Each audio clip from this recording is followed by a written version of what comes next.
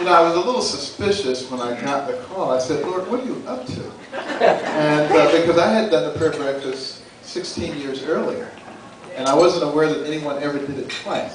And then I discovered one person had, that was Billy Graham. And I knew he was up to something. But I didn't know what I was supposed to say until the morning of the prayer breakfast, and then it was so clear. And obviously, it had an enormous impact because so many people identified with what was being saved. Because what was happening is that our nation was in the process of changing to something else, and I think the majority of Americans were not ready for that to happen. But they had been beaten into submission, and they were being quiet about it, and yet there was this underlying, seething anxiety about what was going on, and finally it was expressed. And people started saying, you should run for president. Why? I thought, come on, give me a break. I thought, like a lot of other people thought, you know, you had to be a politician to do something like that. But, you know, I said this will all die down, but it never did. In fact, it kept building up.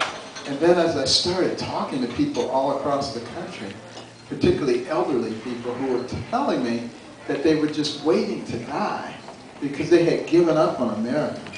And I said, how can this be? But I found that to be such a prevalent feeling. And I started thinking about it, and having spent my whole life dealing with the welfare of children, I said, you can't just walk away and leave this to the politicians. Now, maybe there are some politicians who can solve this problem, these big problems that we have, but I haven't seen evidence of it so far. And it's too important to just leave to them. Now, it may well be that it will be a politician who saves us. I'm never going to be a politician, so I don't want to be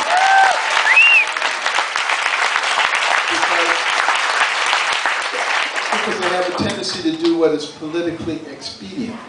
And right now, we need to do what's right, because there are some things that threaten to destroy us as a nation, and we cannot continue to give away all of our values and principles for the sake of political correctness.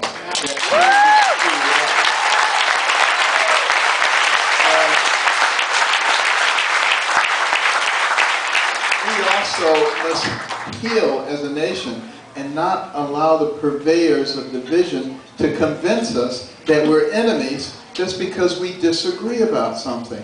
That just means that we have brains and we think for ourselves. That's okay.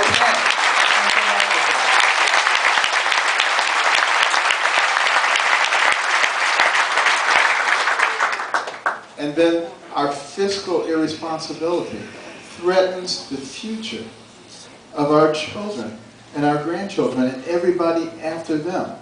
And it's not just the $18.4 trillion. I have to tell you something. That's nothing.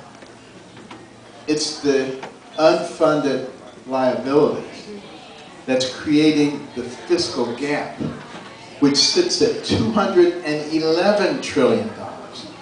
Somebody's going to have to pay that.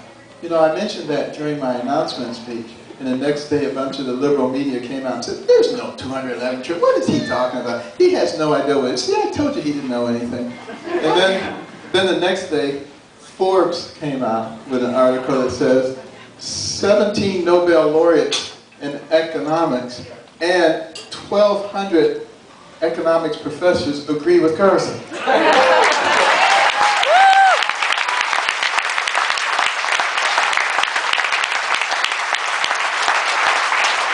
They kind of piped down after that. But the fact of the matter is, you know, politicians generally will not talk about this. Why? Because they want to get reelected. And they don't want people to know how bad this thing is and that they've been a part of it. And I'm going to talk about it since I'm not a politician.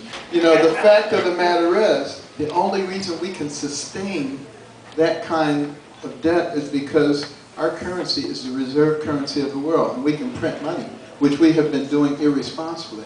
That's a position, reserve currency, that usually goes with the #1 economy in the world, which we have been since the 1870s until last year, when China passed us up.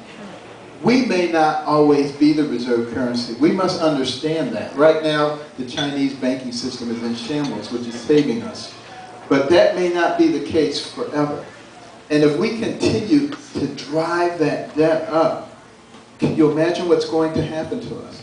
In fact, I would go so far as to say, if I were in charge and I was trying to destroy this nation, I'll tell you what I would do. I would try to drive wedges between all the people.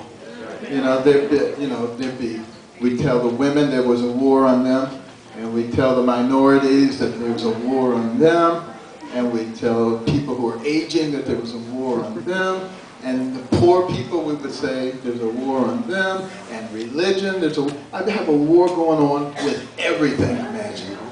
And then I would drive the national debt to extraordinary levels, to the point where it seemed impossible to clear it. Put us on a very precipitous course so that it would be very easy to bring havoc and ruin to the nation. And then I would weaken the military. It just so happens that right now our Navy is at its smallest size since 1917. And the morale is horrible, and our nuclear arsenal is old and archaic, as much of our tools are. And we have so many generals who have resigned because they don't want to be a part of what's going on, and the morale is low. Now, that's what I would do. I'm not saying anything about anybody else. And any similarities to what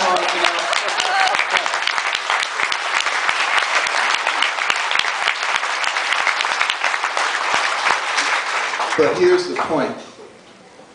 We are in a very precarious situation. The grace of God, I think, is holding the winds back right now.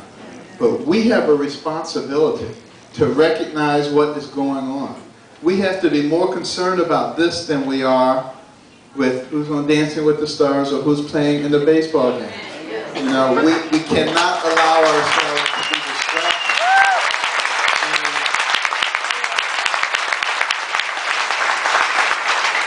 And if we are to get out of this, each one of us has to play a part. Every single person here knows people who have tuned out. You have an uncle who hasn't voted in 20 years. You have a grandmother who's in a convalescent facility and who can't go out and vote. You need to do something about it. You need to get her an absentee ballot, and you need to help her fill it out. And you need to convince your uncle that he has to get involved. And all the other people. There were 30 million evangelicals who did not vote in 2012. 93 million people overall who didn't vote, who could have voted.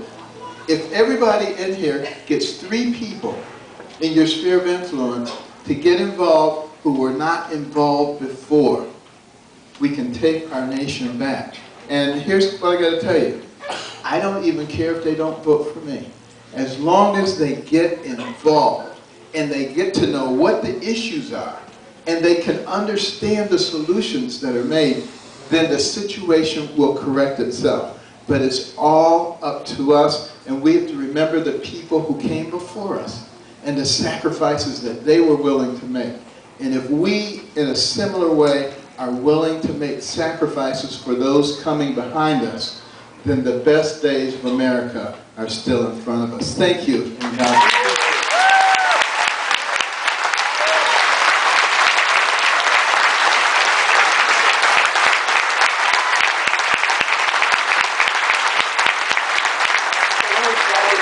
Thank you.